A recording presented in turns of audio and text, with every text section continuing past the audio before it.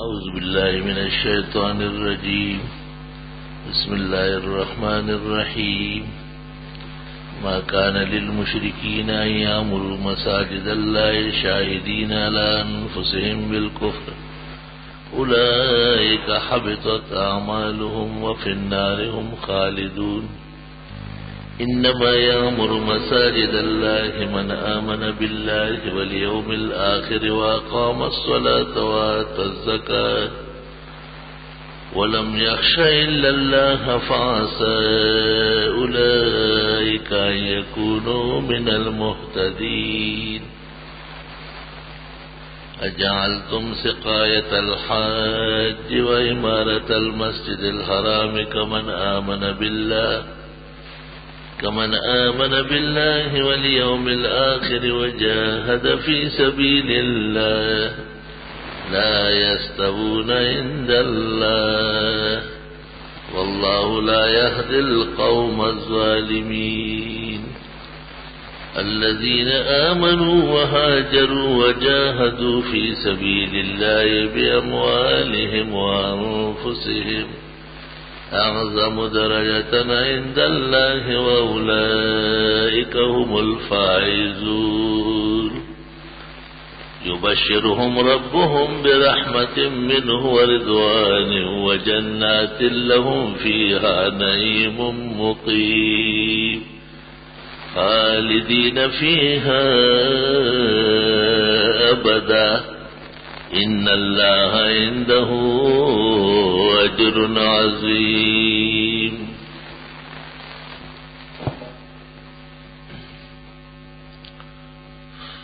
أخرج البخاري في صحيح أن النبي صلى الله عليه وسلم قد قال: سبعة يظلهم الله تحت ظل عرشه: الإمام العادل والشعب نشأ في عبادة ربه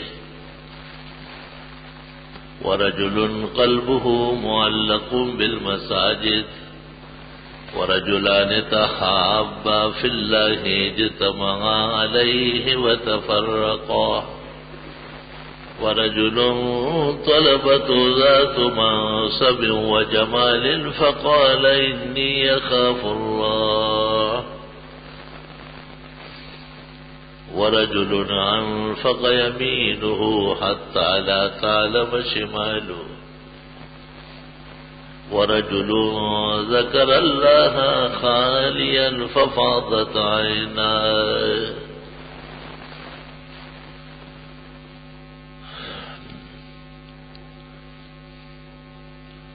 دنیا کی زندگی چند روزہ ہے، آخرت کی زندگی نہ ختم ہونے والی ہے.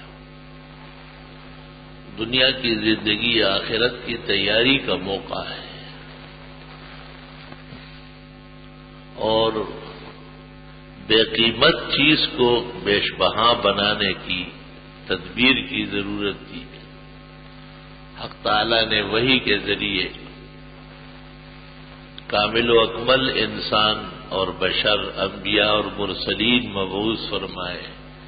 فبعث اللہ النبیین مبشرین و منذرین. اللہ نے پیغمبر بھیجے دین کی باتیں سمجھانے کے لیے اور گناہ کے کاموں سے بچانے کے لیے. کتنا بڑا احسان فرمایا ہے. یہ دنیا ویسے ہی گزرتی ہے. قل متاع الدنیا قلیل. آپ فرمائے دنیا کی زندگی اور عیش و عشرت چند روز آئے. والآخرۃ خیر لمن اتقی.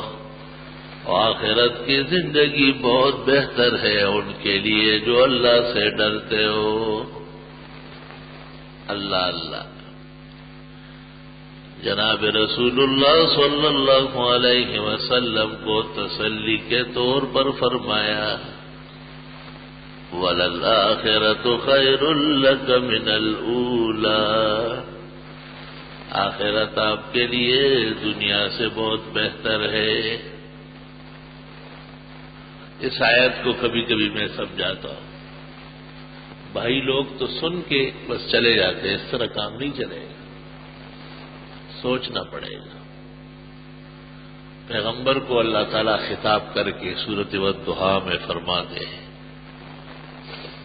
کہ حضرت آخرت بہت بہتر ہے۔ پیغمبر دنیا کے اندر مبعوث ہوئے، قرآن شریف آپ پر نازل ہوا ہے، 23 سال میں 24,000 مرتبہ وحی آئی۔ کسی پیغمبر کو 10 بار وحی آئی اور کسی کو 20 بار، کسی کو 48 مرتبہ، اور زیادہ سے زیادہ ابراہیم علیہ السلام کو 50 مرتبہ ہے، بس اس سے زیادہ وحی کسی پیغمبر کی نہیں۔ عمر حضرت سے بہت زیادہ ہے، اس لیے کہتے ہیں نہیں برسوں پہ کچھ مزار حیات اور موت پر زندگی تمام نہیں۔ جناب رسول اللہ صلی اللہ علیہ وسلم کی زندگی مبارک ظاہری تو بہت کم ہے، 63 سال ہے۔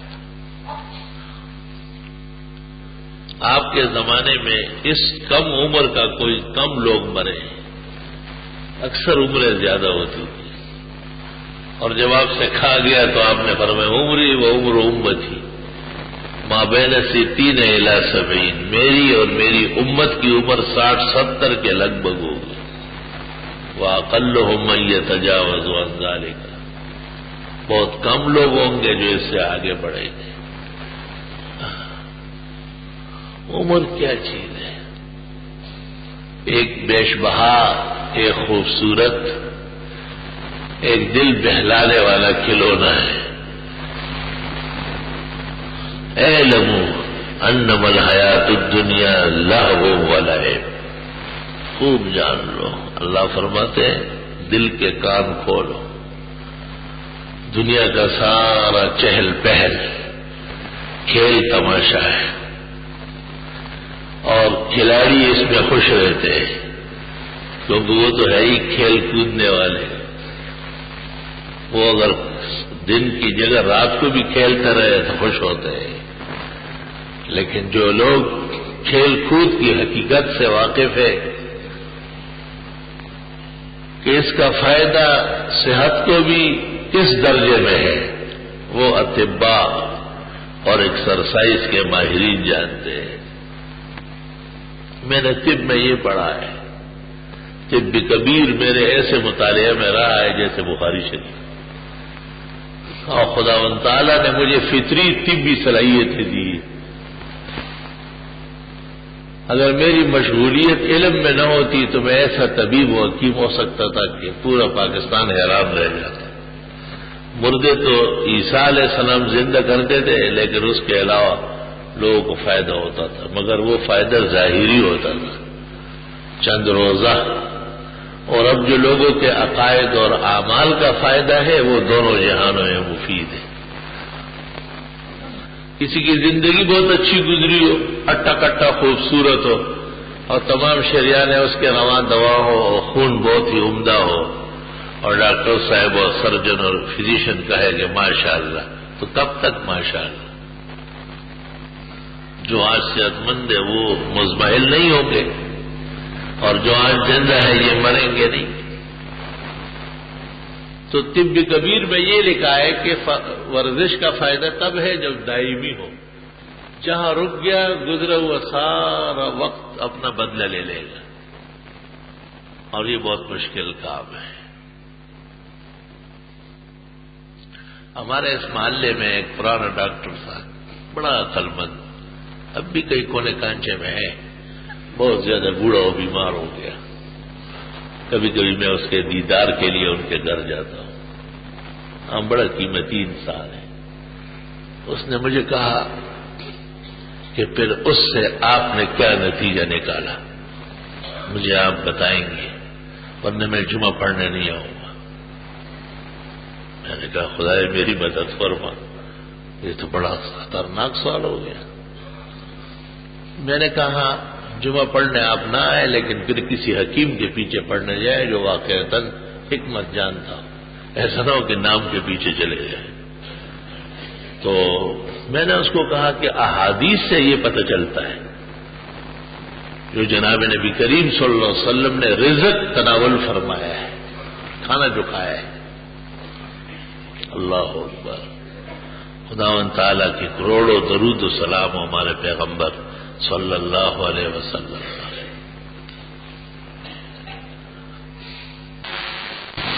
اس سے پتہ چلتا ہے کہ 3 کام اس کے بدل میں ہے، پھر ورزش کی ضرورت نہیں ہوگی۔ اول، مہینے کے اکثر دن روزہ رکھنا، مسلسل نہیں، رکھ رکھ کے پھر چھوڑے، یہ مشکل مشقت ہے۔ دوسرا یہ کہ لمبے لمبے فاقے کرنا، مثلا رات کو کم کھایا کہ صبح ناشتہ کریں گے، بھائی صبح بھی چھوڑ دو، تو پیر سے پہلے کھا لیں گے اور پھر دن گزاریں گے، اور کم سے کم۔ روزے اور فاقے کا نقصان کب ہوتا ہے کہ اگلے ٹائم میں اس سے 3 گنا زیادہ کھا لیتے، تو فائدہ تو نہیں ہوا، نقصان کے اندیشے پیدا ہو گئے ہیں۔ اور آخری بات میں نے ان سے یہ کہی کہ شریعت سے یہ بات ثابت ہے کہ آدمی اتنا رزق استعمال کرے کہ اس کے اٹھنے بیٹھنے سے، آنے جانے سے، 5 نمازوں کے رکوع سجدے سے ہضم ہو جائے۔ جب میں نے یہ کہا تو وہ اٹھا، آپ پیشانی چومی اور رونے لگا، کہا آپ استاد ہیں۔ آج تک استاد کہتے ہیں، وہ مجھ سے کم 70 سال عمر میں بڑھے، کہتے وہ استاد آ گیا، السلام علیکم، میرے استاد ہیں۔ کہتے ہیں میری ساری زندگی کی حکمت اور ڈاکٹری آپ کے قدموں میں۔ یہ جو آخری بات آپ نے کہی نا، یہ کمال جالینوس ہے کہ آدمی اتنا رزق تناول فرمائے گا۔ اس کے بعد میں نے ان کو کہا کہ کاغذ دے دو، ایک حدیث لکھ کے دیتا ہوں، جس حدیث کے متعلق پیغمبر کہتے ہیں کہ جبریل نے آ کر میرے کان کے ساتھ کان ملایا اور پھر اس میں پھونکا، اور وہ پھونک میرے دل تک پہنچ گئی۔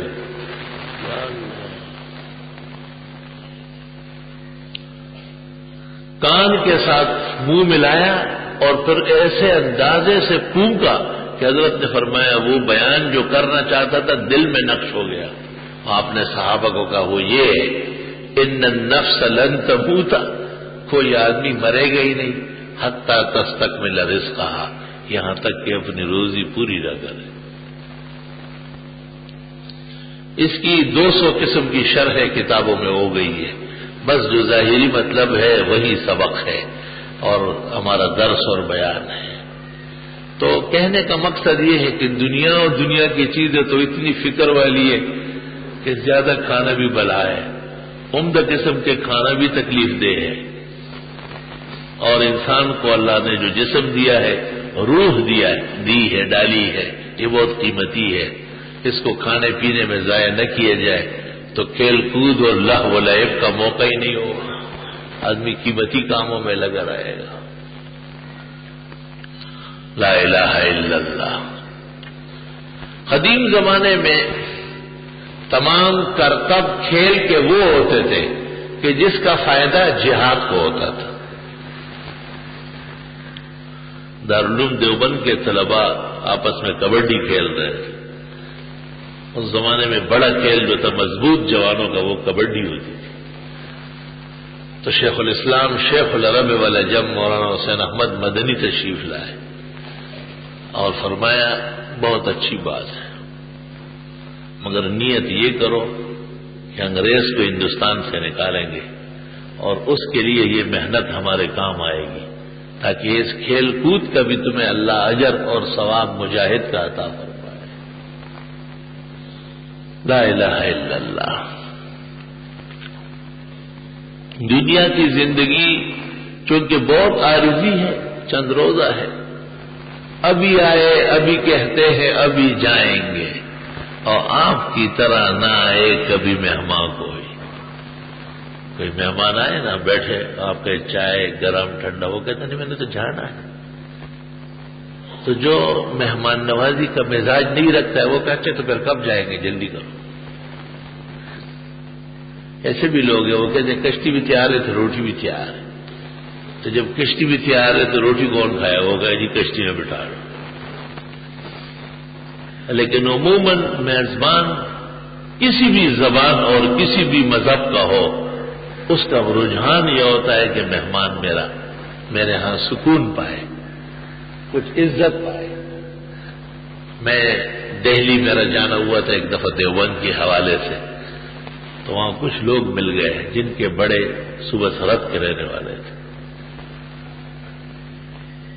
پتہ نہیں کیسے انہوں نے جانچ لیا کہ یہ وہاں سے آیا ہے، اور قریب قریب گاؤں نکلے ان کا اور ہمارا. وہ پبی کے تھے اور ہم جہانگیرے کے ہیں، درمیان میں 14 میل ہے. تو انہوں نے کیا کہا، جب مجھے روکنے کی کوشش کی کہ آپ ہمارا دوست ہو کے رک جائے، ہمارے مہمان ہو جائے، تو ان میں سے ایک میرے قریب ہو کے کہا کہ ہمارے یہاں بڑی خوبصورت بچڑی ہے اور انبار کے رہنے والے کسائی ہے اور چپلی کباب بنانا جانتے، آپ خود بسم اللہ اللہ اکبر کر کے ذبح کریں گے اور آپ کی دعوت ہمارے گھر ہوگی، وہی مہمان جو آپ ہمارے دوست ہے وہ بنائیں گے. یعنی مہمان نوازی کی حد ہو گئی. میں نے کہا بچڑی کا گوشت اور کباب تب زیب دیتا ہے کہ آپ کلمہ پڑھ لیں. تو انہوں نے کہا صرف وقت گزارنے کے لیے نہیں، دائمی کلمہ پڑھوانا چاہیے. مطلب یہ ہے کہ اگر ہم آپ کے ہاتھ پر پڑھ لیں اور آپ کے جانے کے بعد پھر ہندو ہو تو یہ تو ٹھیک نہیں ہے. ہمیں ایسا کلمہ آپ پڑھوا لیں کہ ہم مرتے دم تک مسلمان رہیں، یہ دیں. تو ان کے بڑے جو کھڑے تھے وہ بھی رونے لگے اور میرے بھی آنسو نکلے. دیکھو آخرت کا خوف ان کو بھی ہے اور یہ سمجھ چکے ہیں کہ ہندو نظریات ٹھیک نہیں ہے. مسلمانوں کا جو عقیدہ ہے کہ اس زندگی کے بعد آخرت ہے، اس کی تیاری چاہتے ہیں.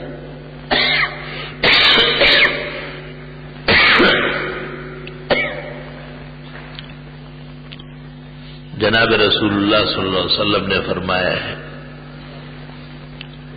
افشوا السلام، سلام بہت آگے بڑھاؤ.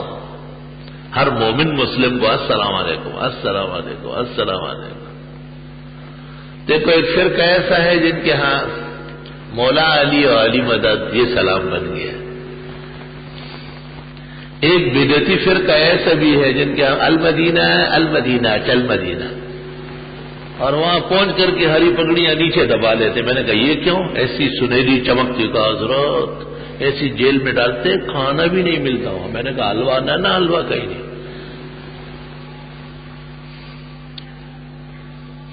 نظریے کا بھی کوئی سودا کر سکتا ہے اور نظریہ کبھی خیالی اور جعلی نہیں ہوتا. نظریہ قرآن و سنت کا 1400 سال کی امانت کا ہوتا ہے.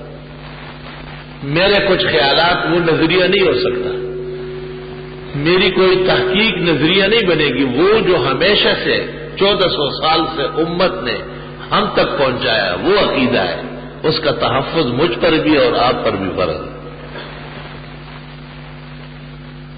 خیالات اور کسی کی تحقیق اگر عقیدہ بنتا تو اب تک بہت سارے عقائد بن چکے ہوتے.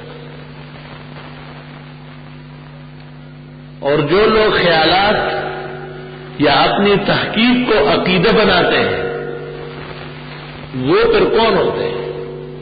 یہ عبداللہ بہائی کا فرقہ، یہ اسلم چکڑالوی کا فتنہ، یہ مرزا غلام احمد قادیانی کا دجل، یہ غلام احمد پرویز کا فتنہ انکار حدیث. یہ وہ لوگ ہیں جنہوں نے عقائد کو، سلف صالحین کے نظریات کو چھوڑ کر اپنے خیال خام کو نظریہ بنایا ہے. اور قرآن ان کے بارے میں کہتا ہے اولئک الذین اشتروا الضلالۃ بالہدی. یہ وہ لوگ ہیں جنہوں نے گمراہی لی اور ہدایت چھوڑ دی. اے میاں اس کو لاؤڈ اسپیکر صحیح کرے، کہاں چلا جاتا ہے؟ اور بس ایسے ہی رکھ کے بھاگ جاتا ہے.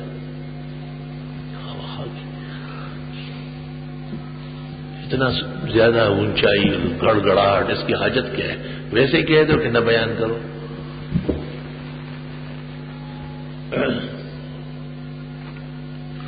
لا الہ الا اللہ. اصل میں بعد میں بعض دوست کہہ دیتے ہیں کہ کچھ سمجھ نہیں آئے تو وہ ہمارے لیے ایسا ہوتا ہے کہ بہت تکلیف دے. مقصد تو جو احباب اور بزرگ تشریف لائے ہیں ان تک خیر پہنچانا ہے. جب ان تک پہنچ ہی نہیں رہی تو فائدہ کیا ہے؟ اور اللہ کی شان ہے کہ ان حضرات کو یہ احساس نہیں ہوتا، ثواب نہیں سمجھتے. جتنے سلاسل کے لوگ ہوتے ہیں وہ غفلت کرتے ہیں. انٹرنیٹ پر دنیا روتی ہے، گئے ہے ہفتے سے منقطع ہے. ابھی کیوں منقطع ہے؟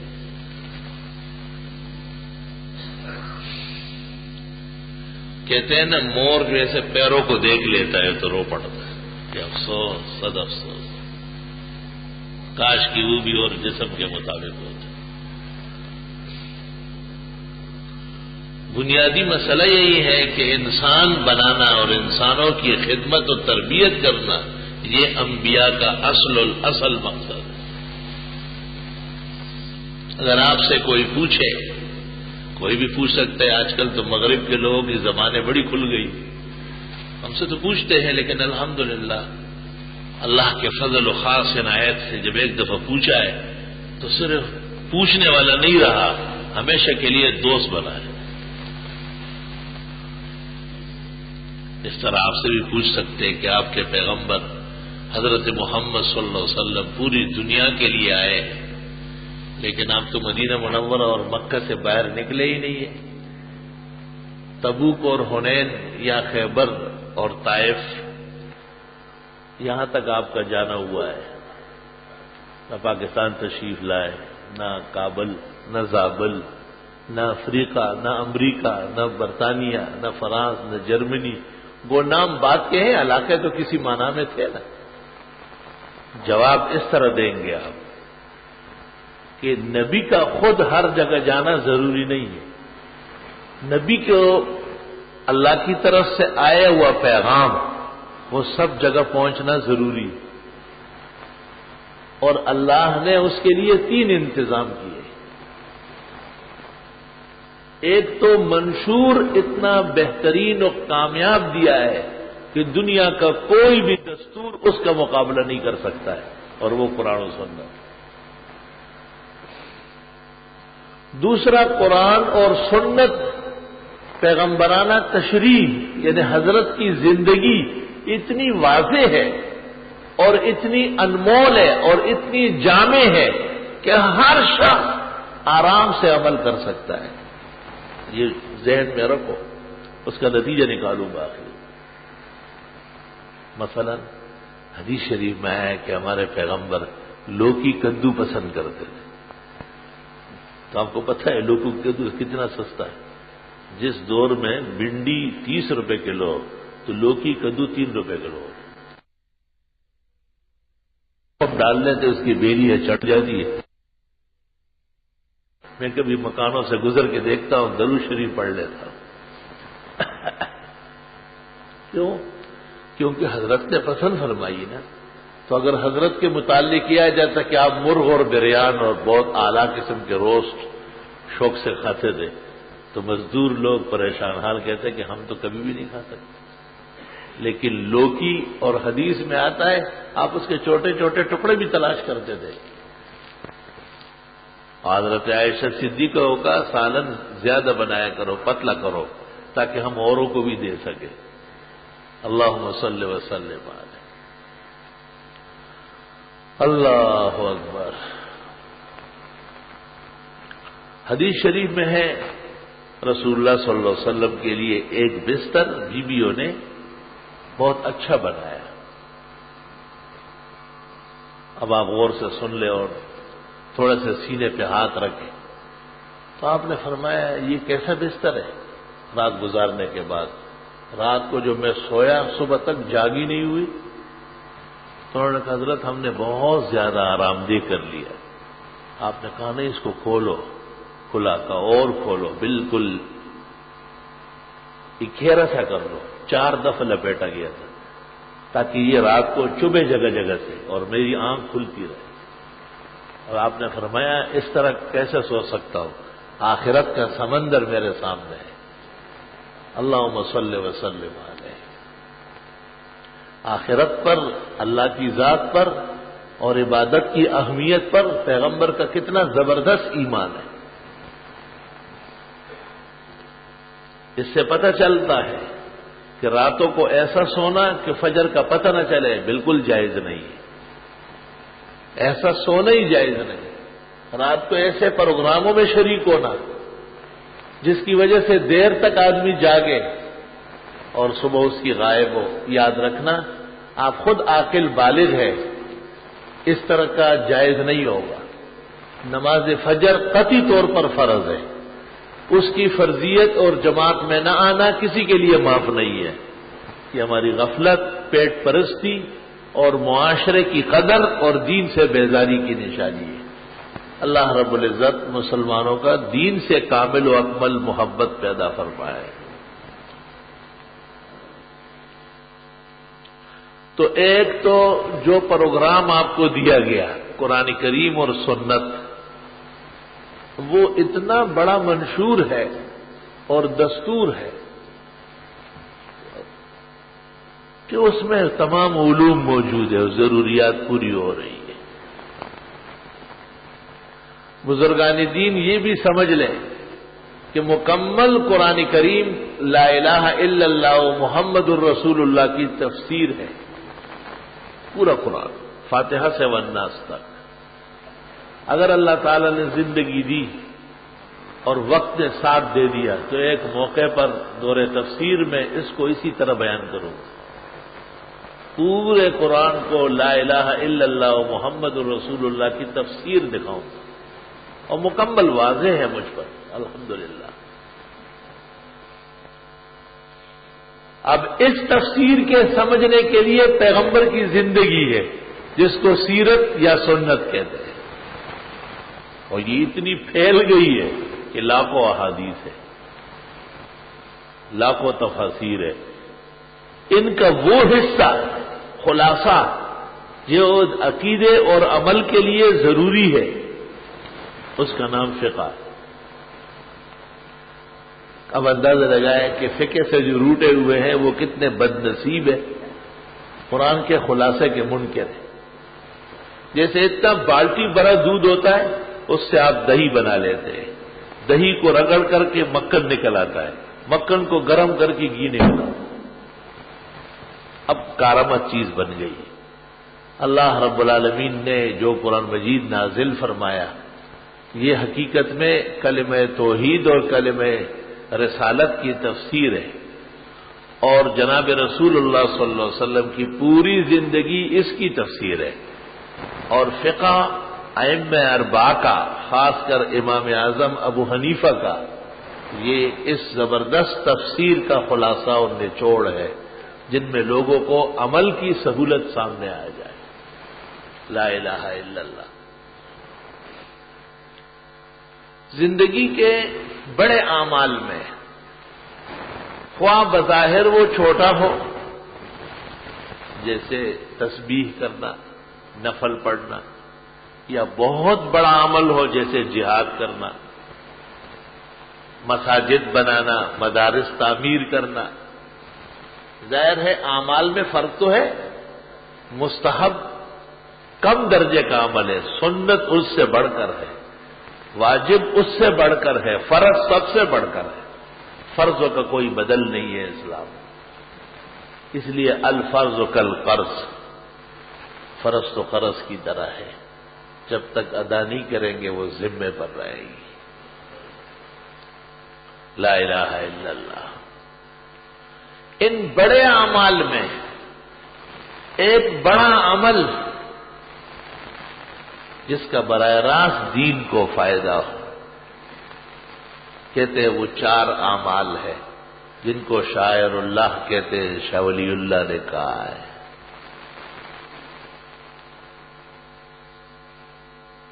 اس کے 2 منبع ہیں، ایک کعبہ مسجد الحرام اور دوسرا مسجد نبوی. وہاں سے عقیدت، وہاں حاضری، وہاں کی عبادت بڑے اعمال میں سے. اللہ تعالیٰ اپنے خاص فضل اور توفیق سے ایمان، اخلاص، توبہ اور حسین اعمال کے ساتھ آنا جانا نصیب فرمائے. لا الہ الا اللہ. ایمان والوں کے لیے جو ایمان کی ترقی ہے، اعمال کا حسن ہے، اس کو جلوہ کہتے ہیں. یہ جلوے رب العزت کی ذات سے ٹپکتے ہیں اور سب سے پہلے کعبے پر نازل ہوتے ہیں، اور کعبے سے مسجد نبوی اور مسجد اقصی اور وہاں سے پورے عالم کی مساجد اور مدارس میں تقسیم ہوتے ہیں. مولانا روم نے اس کا ذکر کیا ہے. کعبہ ہر دم تجلی برف زود، کعبہ ہر دم تجلی برف زود، عید اخلاصات ابراہیم بود. ابراہیم علیہ السلام کے اس اخلاص کو اللہ نے ایسا قبول فرمایا کہ کعبہ شریف پر کہتے آنکھ کے جھپکنے میں. مخدوم محترم مولانا محمد یوسف صاحب لدھیانی فرماتے 24 گھنٹے میں نے پھر ایک کتاب دکھائی ان کو، میں نے کہا آنکھ کے جھپکنے میں، جتنی دیر میں ہم آنکھ جھپکتے ہیں اتنی دیر میں 24,000 جلوے نازل ہوتے ہیں، اتنی سی دیر میں. اور وہاں سے مساجد، مدارس عالم جو توحید اور سنت کے معادن ہیں، مراکز ہے، اس سے تعلق بہت ضروری ہے. مساجد کی ترقی، مدارس کا وجود، علماء اور طلباء کا ہونا بہت ضروری ہے. ایمان و اسلام کا مسئلہ ہے، سیاست کا نہیں ہے. وقتی باتیں وہیں رہ جائیں گی. اور جو عقیدہ ہے، میں نے پہلے کہا، وہ 1400 سال کی امانت، اسلامی نظریہ وہ قرآن و سنت سے مقتبس ہے. اس میں ابو حنیفہ اور شافعی کی باتیں نہیں چلتی، وہ پابند شرائع کے، اس لیے امام کہلائے. جنہوں نے اپنے نظریات دین میں ڈالے وہ مردود جانے گئے، اسلام سے نکلے ہوئے ہیں. گرو نانک کا دیکھو، غلام احمد قادیانی کو دیکھو.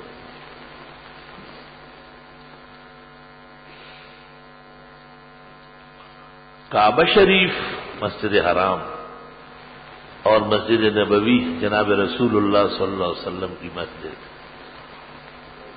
یہ مسلمانوں کا مذہبی سرمایہ ہے. حدیث شریف میں ہے کہ جب تک زمین پر کعبہ قائم ہے اسلام رہے گا، اور جب ساری دنیا سے ایمان ختم ہو جائے گا تو مدینہ منورہ میں موجود ہو.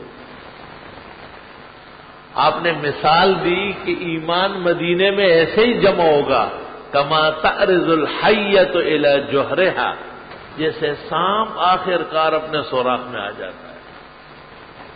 امام العصر المحدث الکبیر والفقیہ علی الاطلاق، آیۃ من آیات اللہ، حضرت اقدس مولانا محمد انور شاہ صاحب رحمۃ اللہ علیہ فرماتے ہیں کہ میں نے عرب علماء سے دریافت کیا ہے اور سانپوں کے ماہرین سے پوچھا ہے. انہوں نے کہا سانپ اپنا گھونسلہ بھولتا نہیں، آخر کار وہیں پہنچ جاتا.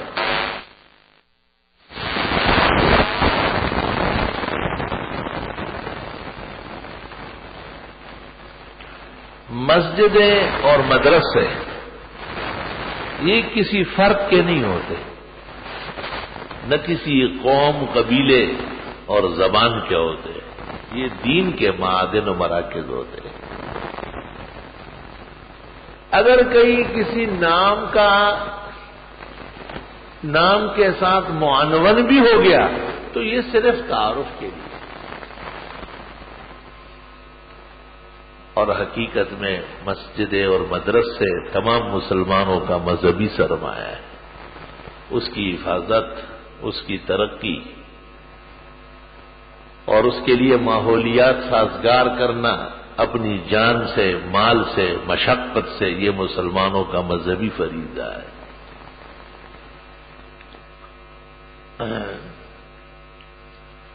جیسے مسجد نبوی رسول اکرم صلی اللہ علیہ وسلم کی مسجد کو کہتے ہیں، مگر وہ پورے اسلام کا مرکز ہے، جیسے حضرت صلی اللہ علیہ وسلم پورے اسلام کے ہادی اعظم ہیں۔ اور بخاری شریف میں ہے، ایک قبیلہ تھا بنو زریق، انہوں نے اپنی آپ کی اجازت سے مسجد بنوائی، اس کا نام پڑ گیا مسجد بنی زریق۔ امام بخاری نے باب قائم کیا ہے، باب مسجد بنی زریق۔ تو تعارف کے لیے تو ایک قبیلے کا نام تھا، مسجد تمام مسلمانوں کی ہے، ان المساجد للہ، مسجد اللہ رب العزت کی ہے، تمام مسلمان اس میں برابر کے شریک ہے، اور سب مسلمان اس کی عبادت کے پابند ہیں، سب مسلمان اس کی حفاظت و تعمیر و ترقی کے پابند ہیں۔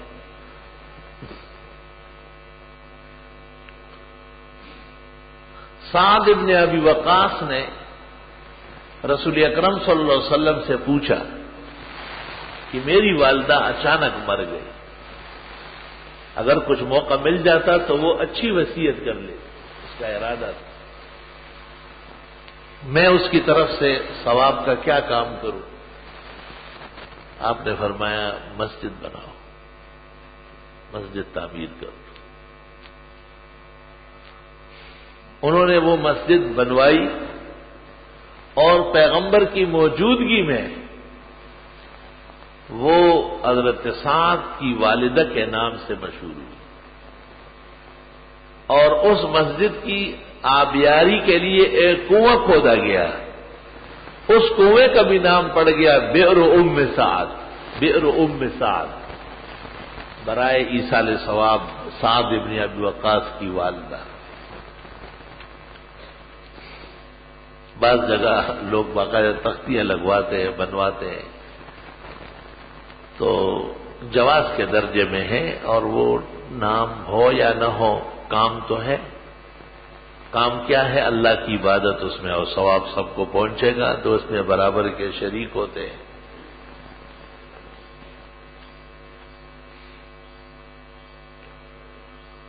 جب مسجد نبوی کی تعمیر ہونے لگی، پیغمبر کے زمانے میں تو بہت چھوٹی سی تھی، تو بعض صحابہ نے خلیفہ عادل حضرت عثمان سے پوچھا کہ اس مسجد میں ہمارے بڑوں کی محنت ہے، ان کی مشقت ہے، ان کے چندے ہیں، تعاون ہے، اسے آپ اکھیڑ رہے، خیال یہ ہے نا کہ وہ ختم ہو جائے، دوسری بن جائے گی، تو وہ تو پھر دوسرے لوگوں کی تعمیر کرتا ہے۔ تو حضرت عثمان نے حدیث شریف پڑھی، من بنا للہ مسجدا بنى اللہ لہ مثلہ فی الجنہ، بخاری شریف کتاب المساجد۔ جس نے اللہ کے لیے مسجد بنائی، اللہ اس کے بدلے میں اس کے لیے جنت میں گھر بنا دے گا۔ تو اللہ فرماتے من بنا، مسلمان قیامت تک بناتے رہیں گے، رکاوٹ تو نہیں۔ صحابہ مطمئن ہوئے، خلیفہ عادل کا بیان ویسے دین کا حصہ ہوتا ہے۔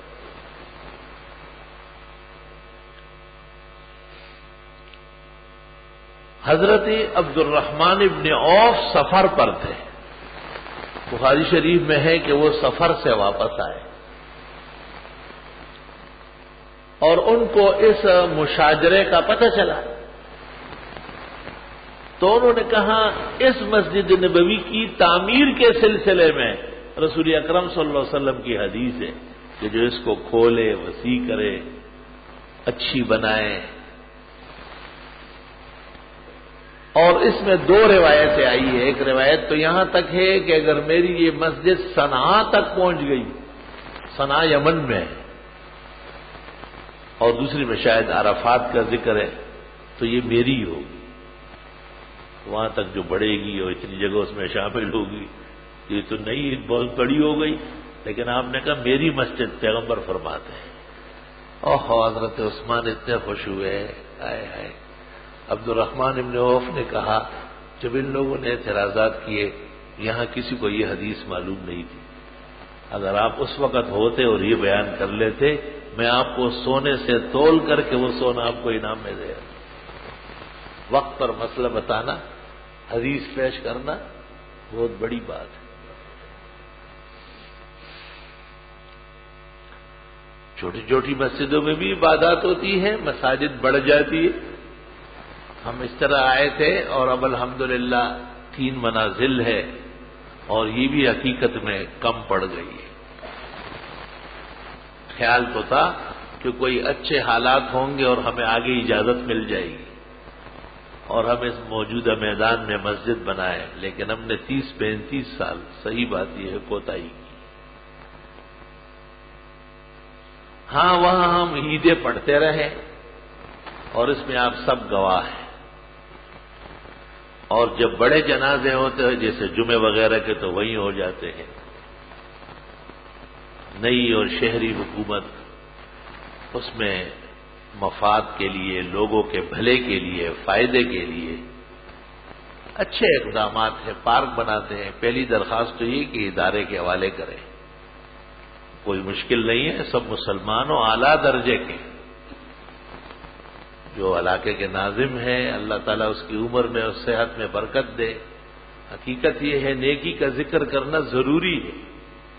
ایک موقع پر یہ گلیوں کی کچھ تجاوزات ہٹتی تھی، اس میں وہ اندر تشریف لائے، ادارے کے حق میں اور عاجز کے حق میں اس نے بہترین آداب دکھائے۔ میں اب ضروری سمجھتا ہوں کہ ممبر پر اس مبارک گھڑی میں ان کا ذکر خیر کر دیں، اور اگر یہ ممکن نہ ہو تو کم از کم یہاں کے مکینوں کی نماز عید کی جگہ محفوظ رہے، پارک بنے، لوگ ٹہلے، بچے کھیلے، خوشبودار بہترین پھول لگے، یہ تو ہے ہی بہت اچھی بات، مگر میں سمجھتا ہوں کہ نماز کی ضرورت ان سب باتوں سے بڑھ کر، اور اس میں تنہا نہیں ہوں، یہ تمام ان نمازیوں کا فریضہ ہے جو اس حقیقت سے واقف ہے،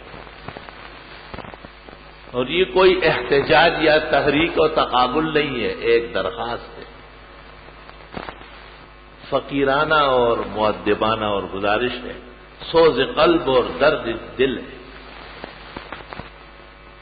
ان کے ہمنوا، ان کے حمایتی، وہ بھی ہمارے بھائی ہیں، مسلمان ہیں، اور ان کے ہاتھ میں اختیارات ہیں، وہ اس کو بھی اپنے مہمات میں اور مارکوں میں شامل کریں، اور تم شوق سے کالج میں پڑھو، پارک میں کھیلو، جائے سے غباروں میں اڑو، چرخ پہ جھولو، بس ایک سخن بندے عاجز کا رہے یاد، اللہ کو اور اپنی حقیقت کو نہ بھولو۔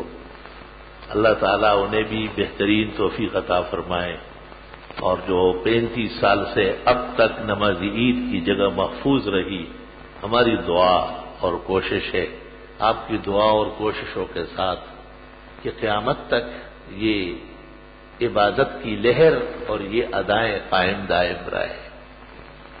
سب چیزیں ختم ہو جاتی ہے، اور تغلق خاندان ہندوستان پہ گزر گیا، اور وہ ساسانی گزر گئے، دورانی گزر گئے، بلبن آئے چلے گئے، آخری سلطنت مغلوں کی تھی۔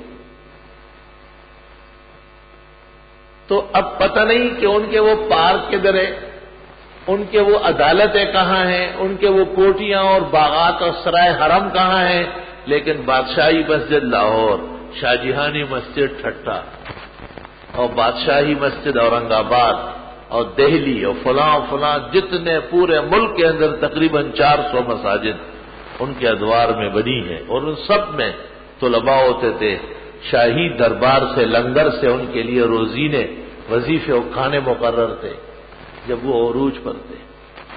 ان کے دور میں دینی کتابیں لکھی گئی، خان اعظم کے دور میں فتاوی تاتار خان لکھا گیا، محی الدین اورنگزیب کے دور میں فتاوی عالمگیری لکھا گیا، وہ موجود ہے، اور قیامت تک کے لیے ان کے سرمایہ ہیں۔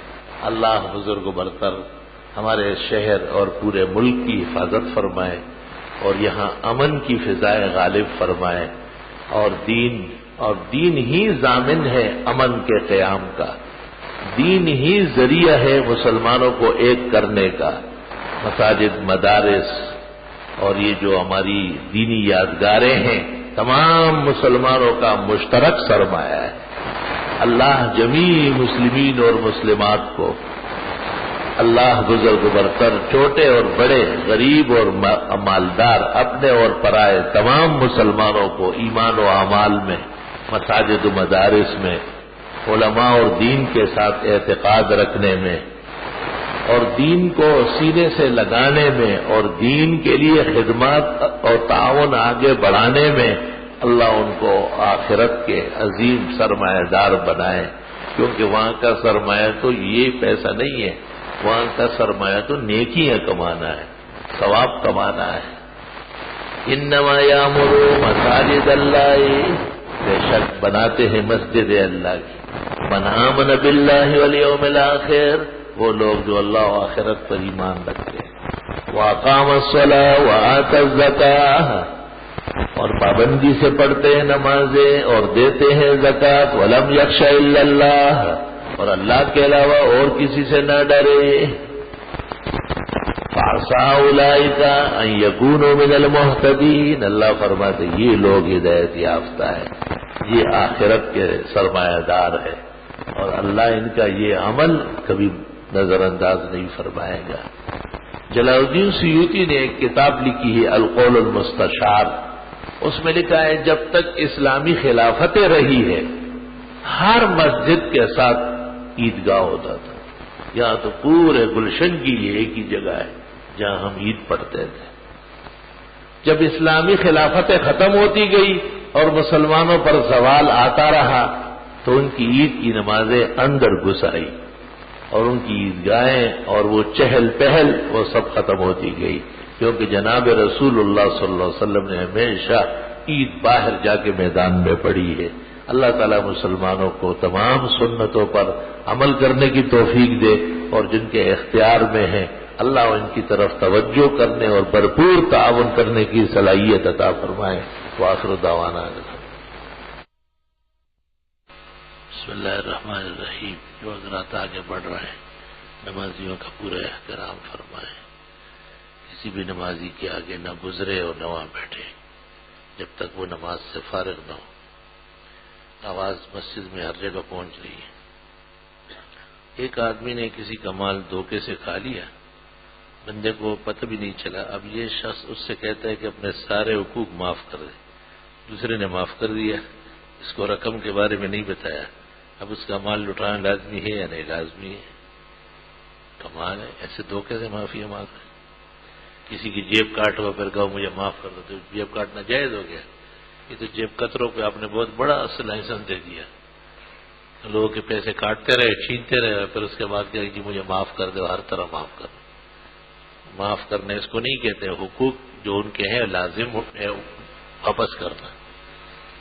عیسائیوں کے تہوار عید پر وہ جو کلمات استعمال کرتے ہیں، یعنی کرسمس کے معنی نہ جانے پتے خدا کا بیٹا چنا ہوا، یہ وہ شرکی عقل کو مسلمان کی سیاضر مذاقی کلمات کہے اور معنی معلوم نہ ہو تو کیا ہوگا؟ معنی معلوم نہ ہو تو معاف ہے، معنی معلوم ہو اور پھر کہے تو ایمان سلب ہو جائے گا۔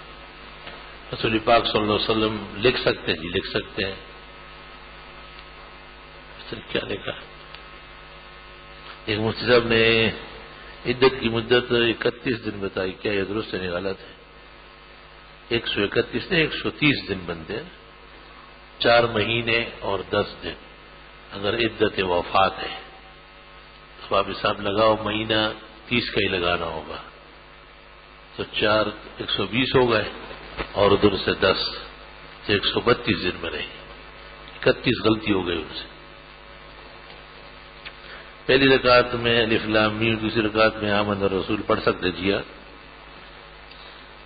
تمام امراض سے شفا و صحت دائمی کی دعا مکروہ و ممنوع بلکہ حرام ہے، نہ نماز کے اندر عربی میں اور نہ نماز کے بعد کی زبان میں، کہ صحیح لکھا غلط لکھا؟ ہر طرح بیماریوں سے تکلیف سے اللہ سے مانگنا سنت انبیاء ہے۔ جس عورت کا خاوند لمبے عرصے تک لاپتہ ہو، آخر وہ عورت کتنی مدت تک انتظار کرے؟ 120 سال تک۔ آپ کی وہ کیس ہے جس میں آپ نے امام صاحب کے حوالے سے فرمایا کہ 120 سال۔ ایک یونیورسٹی کی طالبات کو سنائی تو انہیں بڑی حیرت ہوئی اور آخر میں سوال اٹھایا کہ کسی عورت کا اپنے اس گمشدہ خاوند کے علاوہ دنیا میں کوئی نہیں، تو اپنے بچوں کی پرورش کیسے کرے؟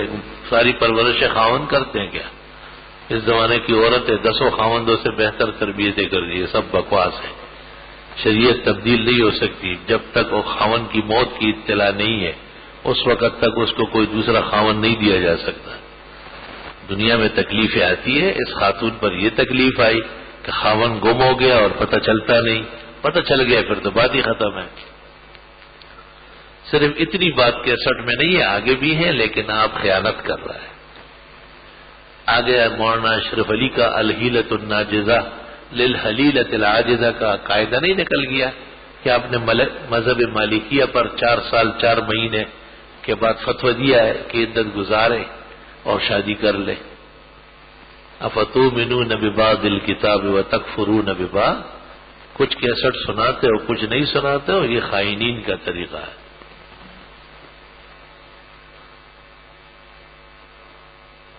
اگر کوئی شخص سرکاری کام میں لگ کر اپنی یا کسی اور کو بٹھائے، خود اپنی تعلیم مکمل کرے، اس آمدنی کو دونوں میں تقسیم کرے، جائز ہے. مسجد کے متولی نے وصیت کی کہ میری قبر مسجد کے قریب بنائی جائے. اس کی وصیت پر عمل کیا گیا اور مسجد کے سامنے قبر بن گئی. اب مسجد میں توسیع کی ضرورت ہے، اس قبر کو کیا کرے؟ جن لوگوں نے اس وصیت باطل پر عمل کیا ہے ان کو گریبان سے پکڑے. جناب مفتی صاحب، میں ایک دکاندار ہوں، ایک آدمی میرا قرض واپس نہیں کر رہا، لیکن وہ میری دکان سے سودا خریدتا ہے. کیا اس طرح ہو سکتا ہے؟ ہو رہا ہے نا آپ کے ساتھ.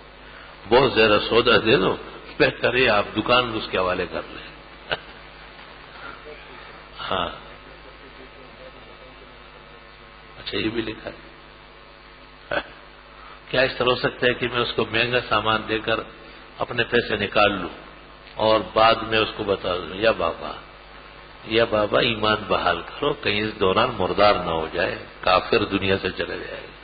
ایک پائی بھی نہ حق تم نے لی، ایک پائی، وہ 1 لاکھ کی چوری اور ڈکیتی کے برابر ہے.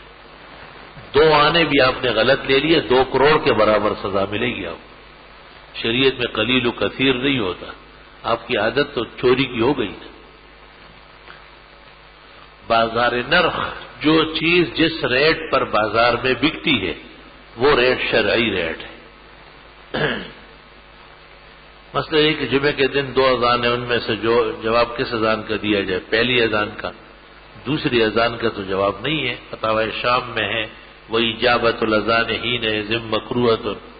خطبے والی اذان کا جواب دینا منع ہے، مکروہ ہے.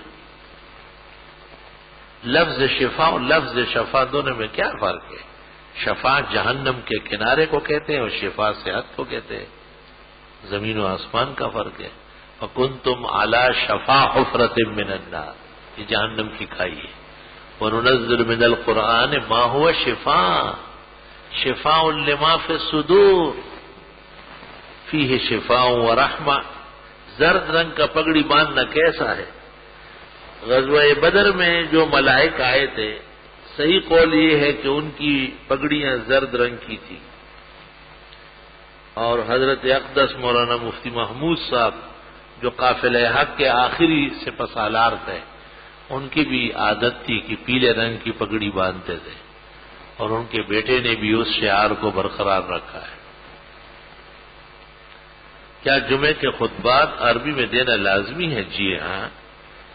جمعے کے خطبات میں کیا بیان ہوتا ہے؟ یہ آج کیا بیان ہو گیا؟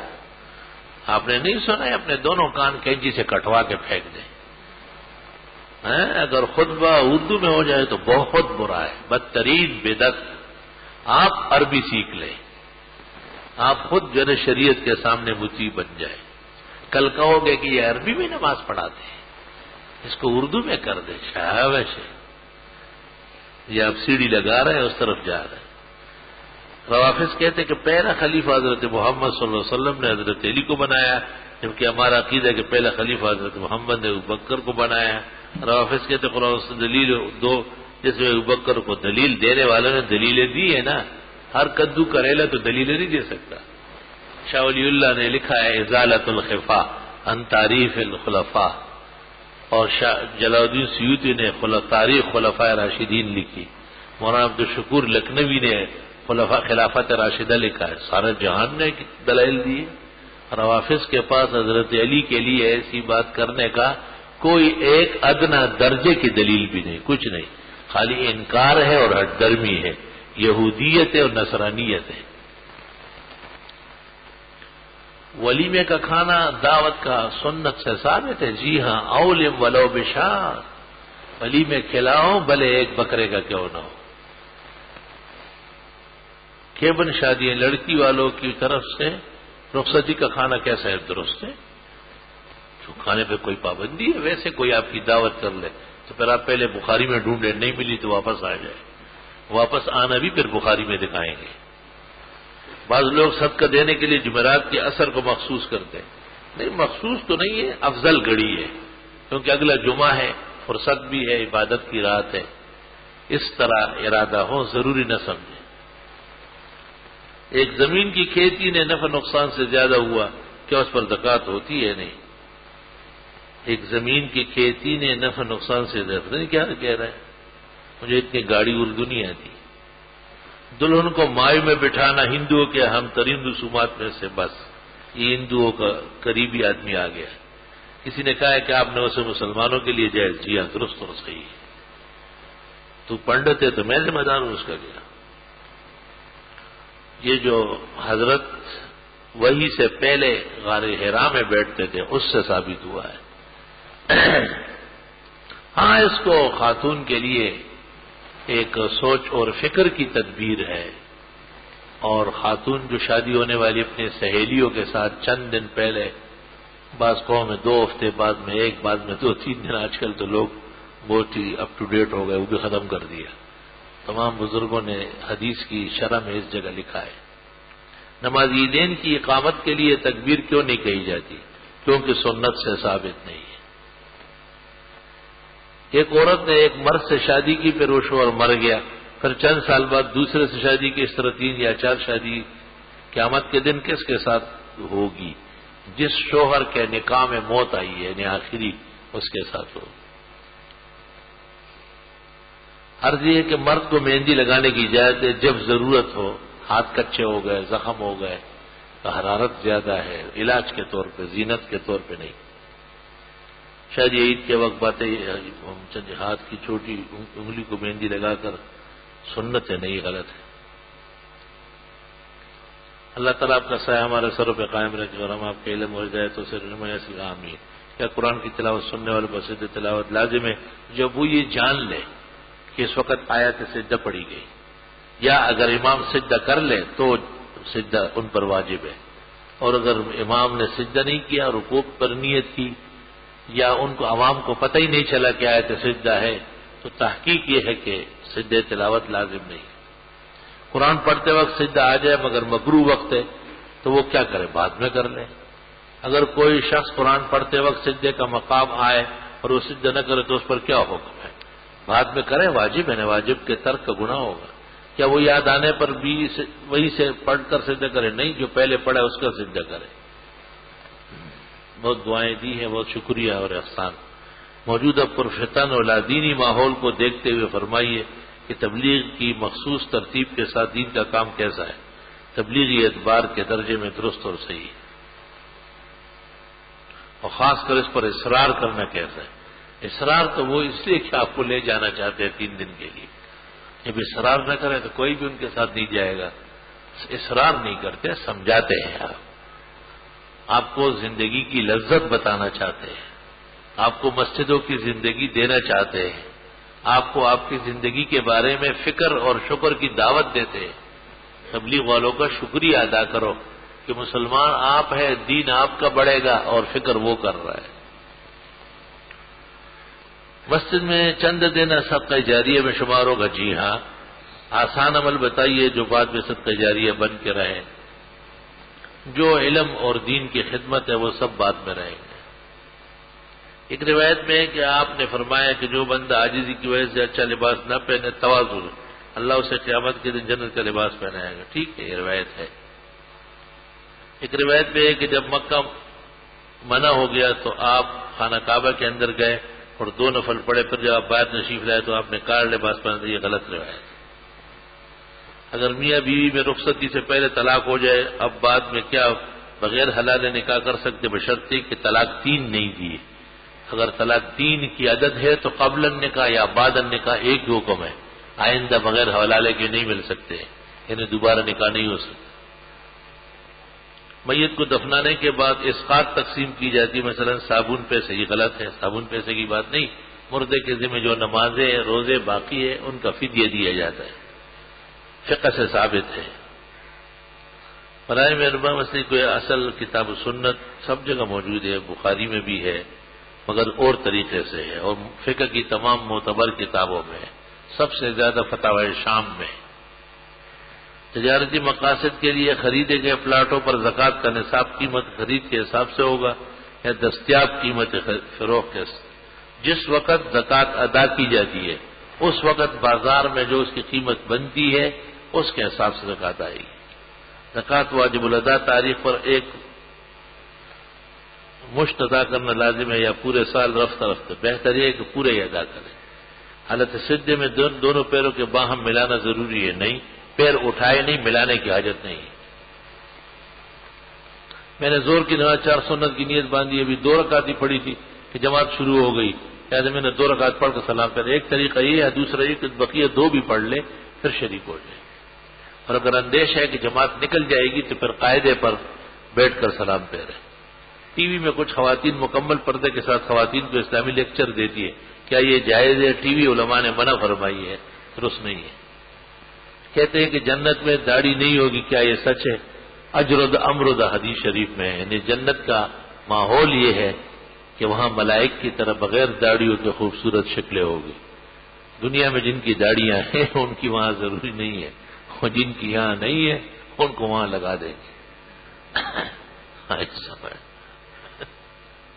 اس میں 2 روایت، ایک تو یہی ہے کہ یکونون اجرد امردا، نوجوان ہوں گے اور بغیر داڑھی کے، اور دوسری روایت یہ کہ نہیں ریشم کے بال لگیں گے داڑھیوں کی جگہ، جنتی ریشم کے بال ہو گئے، بہت حسین جمیل۔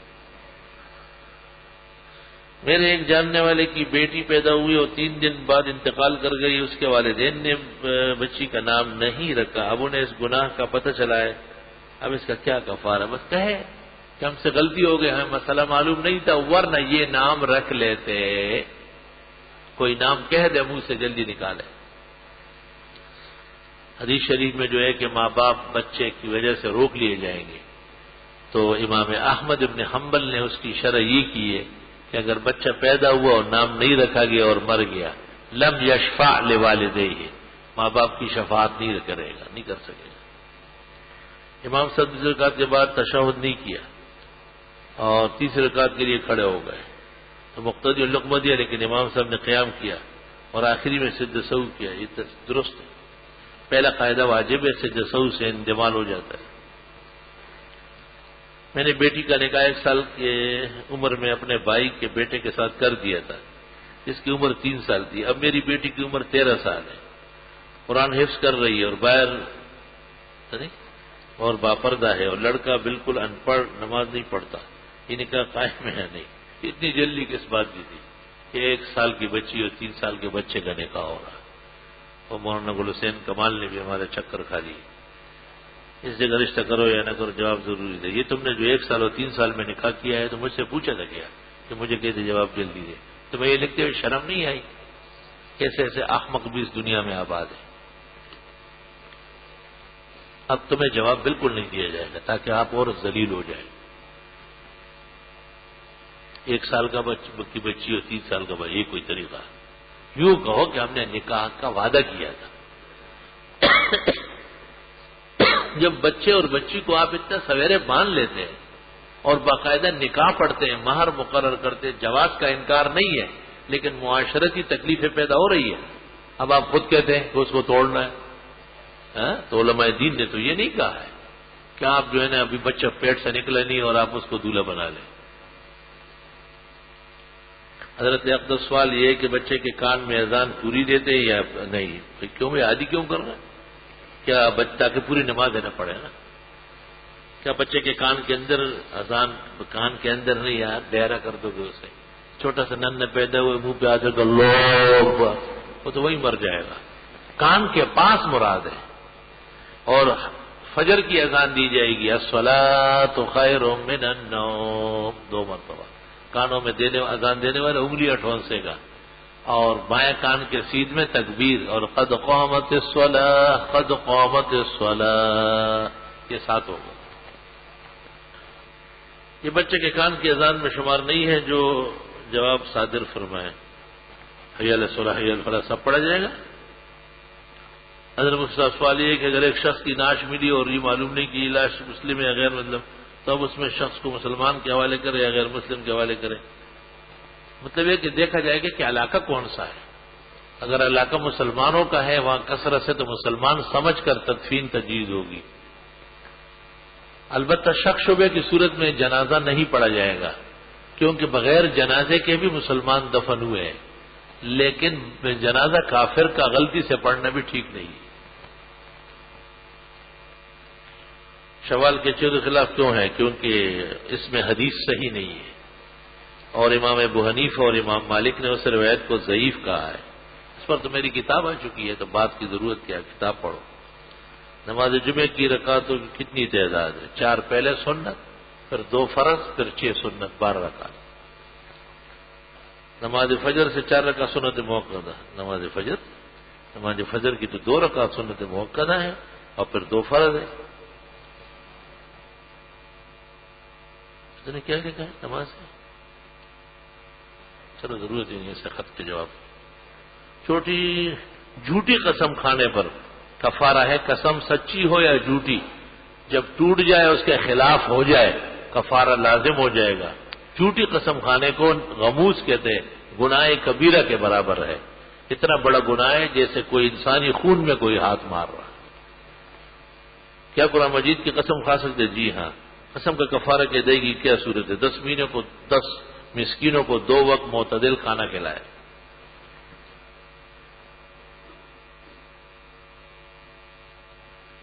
آپ کے بارے میں ایک عالم نے فرمایا کہ آپ پیریوں کے ساتھ خلاف تھے، مگر اب الحمدللہ بہت اچھی بات، وہ خوش ہو گئے، چلو ٹھیک ہے، بہت اچھی بات۔ اگر اس حالت میں بھی وہ قبول کرتے ہیں تو ان کی مہربانی ہے۔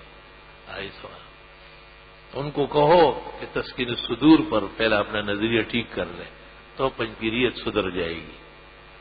عقائد میں اتباع حضرت مولانا یوسف صاحب بنوری اور حضرت مولانا سرفراز خان کی کتابوں کی ضروری ہے، کیونکہ یہ اہل حق کی کتاب ہے۔ حضرت عمر نے درج ذیل امور کی تاکید کی ہے، لڑکی گھوڑے پر سوار نہ ہو، باریک کپڑے نہ پہنے، دروازے سے دربان میں نہ بٹھائے، چمٹا ہوا آٹا نہ کھائے۔ آج کے دور میں کس دائرے میں یہ نافذ ہے؟ تو آپ نے لکھے، یہ تو آپ کے اصلاحات حضرت عمر کے تھوڑی۔ آپ کوئی 2-3 لکیریں مارے تو وہ حضرت عمر کے ہو گئے کیا؟ دوست کی والدہ صاحبہ کا انتقال ہوا ہے، اللہم اغفر لہا وارحمہا، اللہ بخشش فرمائے اور ان حضرات کو اللہ صبر و اجر دے۔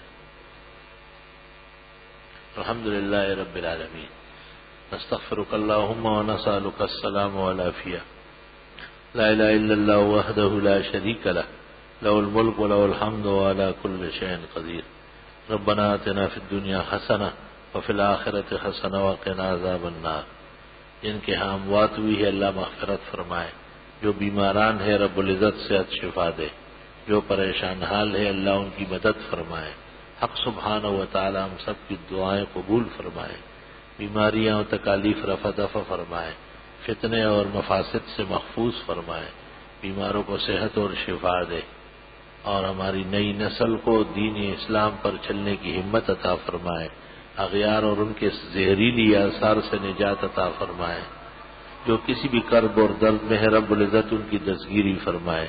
صلی اللہ تعالی علی خیر خلق محمد و آلہ و اصحابہ۔